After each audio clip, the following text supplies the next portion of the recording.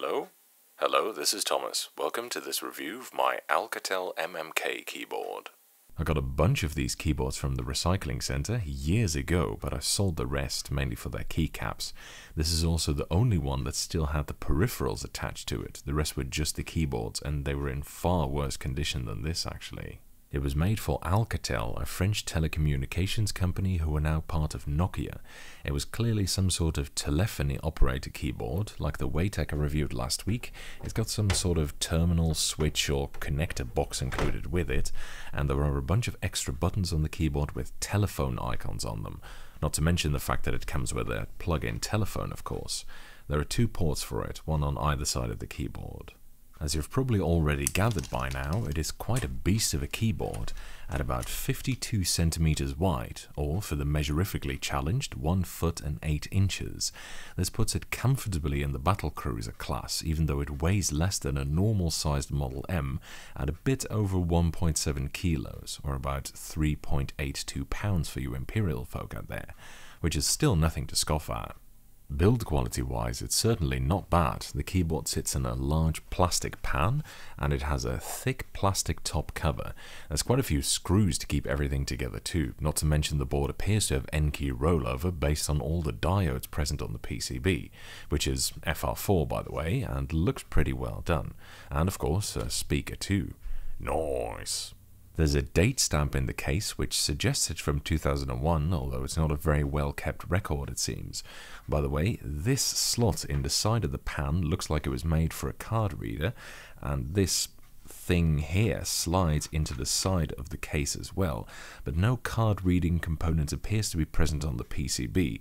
In fact, the slidey thing is actually a blocker, as you can see here. You can also see here that the case material is ABS, however the keyboard hasn't yellowed in the slightest, which might illustrate how good of a condition this one is in. The keycaps are 1.5mm thick OG cherry ABS double shots. These things are always nice. But they're cool beyond that because it's a pretty special set. First of all, the lettering isn't actually black, but a dark shade of grey instead. Also, the base color is really white, much whiter than I've seen on other cherry double shots, although it's kind of difficult to say how much of that is due to yellowing, of course. All I can say is these really are very white. By the way, the spacebar is PBT, ironically. There are some very unusual keycaps among them as well, and some of these may be quite fitting for certain custom layouts.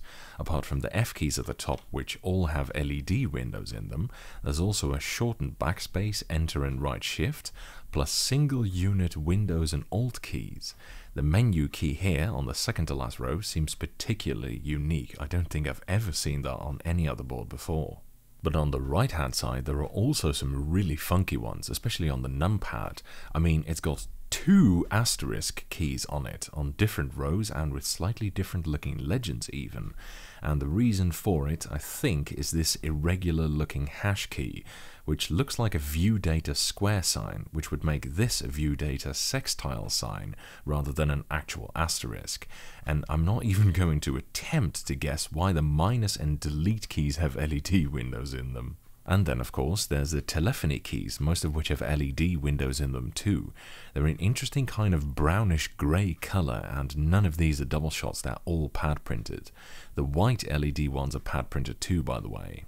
The switches are Cherry MX Black. Now, I've mentioned on several occasions before that there is a certain irony connected to this switch. In terms of key feel, it's one of the most boring switches in existence in my opinion, being linear but not in an interesting way, and its weighting is rather bland, if a tad stiff for my liking, and it's not smooth, it's just a switch. But because it was heavily used on point of sale and specialty keyboards, it appears on many boards that are actually quite interesting, such as this one. I've already reviewed several MX Black boards before, in fact, and there's several more that I'd like to review as well. It probably deserves no mention that this keyboard is weird enough that I wasn't able to make it talk to a modern PC, so I couldn't actually test it in day-to-day usage, but considering the switches, I don't really mind, I know them well enough anyway.